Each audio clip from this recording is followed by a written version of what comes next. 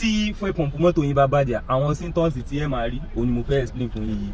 Ara ẹ̀ ni pé tẹ́ bá ti drive lọ tọkọ yín bá ti speed tó bá ti dá yókè yóò lẹ̀ tipátipá ní òfin gùnkè yẹn. Ẹ̀kejì ó lè máa ta.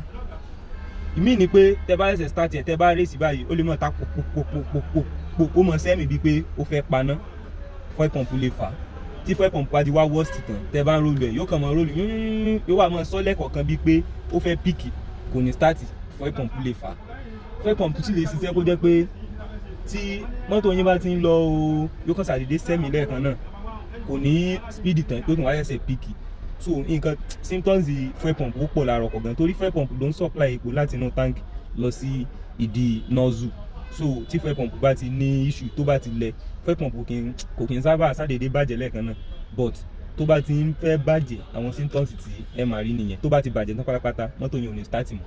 So àwọn kan mi tẹ́ bá tún fẹ́ mọ̀ drop it on that comment section. Don't forget to subscribe to my YouTube channel and follow for more Ahmed Autos. Much love.